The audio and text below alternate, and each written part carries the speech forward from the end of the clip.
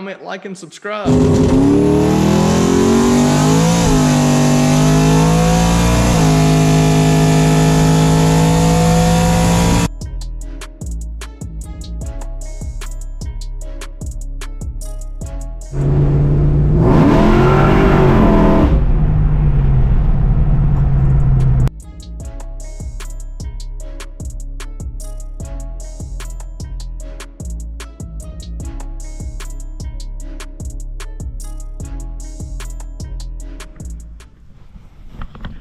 Well, I just finished uploading the LAR H-pipe in the Fox body video. You're probably watching that now.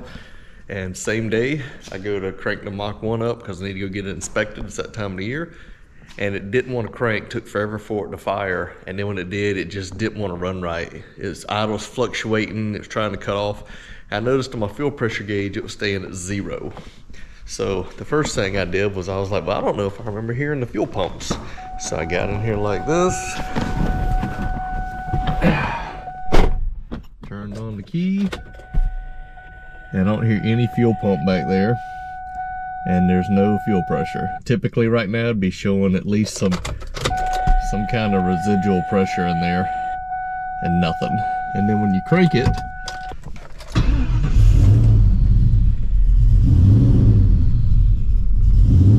no fuel pressure.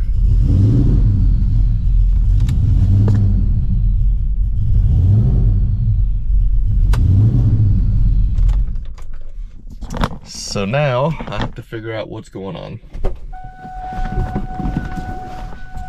Alright, so the first thing was I checked voltages and all, and they were fine. I came back here. This is my fuel pump wiring upgrade with double fuses and double relays. First thing I did was check the fuses. They were fine. Pulled the relays out. If you look here, got like a little hot spot there on it. Can you see that? And this one, same way, looks a little deformed. So I got 2 more relays. But what I did, I found 12 volts is coming in, so the red to the orange powers the pumps. So I got this little jumper here. Let me hook this up for you so you can see it. I got the key on in there.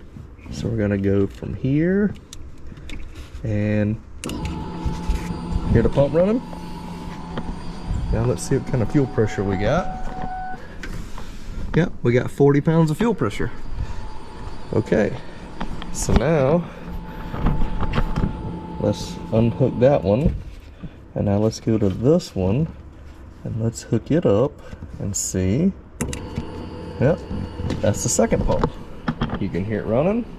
Let's see what kind of fuel pressure we got. Hey, look at that, 40 pounds. So what that tells me is it's not the pumps. The pumps are fine and they're pumping properly. It's the relays. So I'm gonna swap those out real quick, and hopefully this is a simple fix to this problem. Yeah, let's hope so. Put in both relays. They're both working. Both pumps are running now. So let's see what it looks like in here. Yep.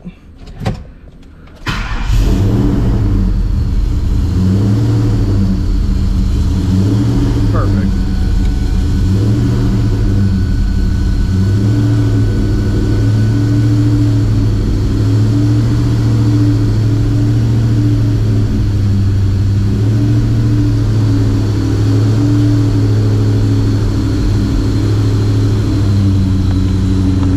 All right.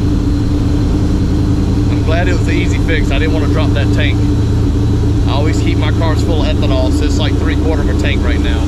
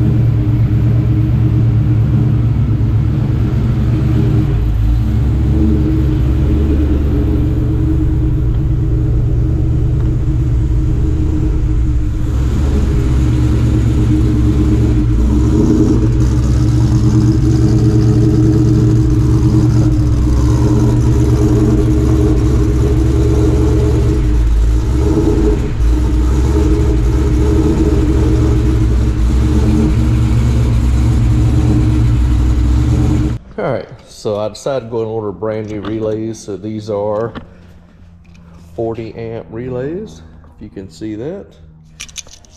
And I'm about to hook them up in here. Make sure this is grounded. So these are metal, so I'll put one here and I'll put one there like before and plug it all back in. But that's going to fix the problems now. There's the finished product. Both relays reattached, fuse holders reattached, and I can put my trim back together and this project will be done. You know, I thought, well, I got the Mach 1 in here, let's do something I've been meaning to do. So as you know, last year I put drag suspension on here. These are the race springs I put on it, and they've always sat high to me. So what I did a trick back when I had my Cobra is I cut one coil off the springs to make it sit better. So basically go from the very end of the coil all the way around. That's one rotation. I've already cut it off of both with my chop saw there. Now I'm getting ready to put them back in place. Some people don't use the bushings and all to lower it even more. I like having the bushing so it's not metal on metal contact, but I'm about to put that back in. So a quick way to do this, all you have to do is unhook the shocks, pull the rear end down, pull on each side, pop the springs out. Unless you got really long like stock springs, you shouldn't have to remove the lower control arm. You just pull down the rear end like this, put in your spring, and then hook the shock back up. So the nice thing is I have coilovers on the front, so I've already rolled it down 2 full turns from where you saw it before, so it should sit lower. I don't want it to be slammed because I don't want to drag my long tubes. As you can tell, certain speed bumps have already hit my long tubes a couple times, and I definitely don't want to be doing that. But I would like it to look a little bit lower, not as low as when I had those Super Sport springs on it, because it was so low it would bottom out when it hits. I know some people think the lower you go, the cooler it looks, but the problem is if you're trying to drive it, and as rough as the roads are today, there's a compromise between looking really cool and being functional. So I'd rather go right in the middle. So it won't be as low as some people's slam cars, but it will look better than what it has been for the last few months. All right, let me lock this out real quick. All right, I haven't drove it yet. It'll probably settle just a little bit more, but it's definitely lower. It doesn't look like it because I've got this gap here, but before it was like almost 3-finger gap, and now it's a tight 2-finger gap. So that's definitely what I wanted, just something a little more subtle where it's not completely slammed but still has good suspension geometry, and it should still do fine at the track.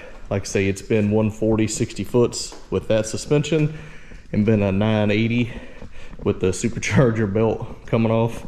So this is easily, I predict, a 970 car, about $143. And you know, in street mode, you'd never know that, which is what I love about these cars. They look stock, but they don't run stock.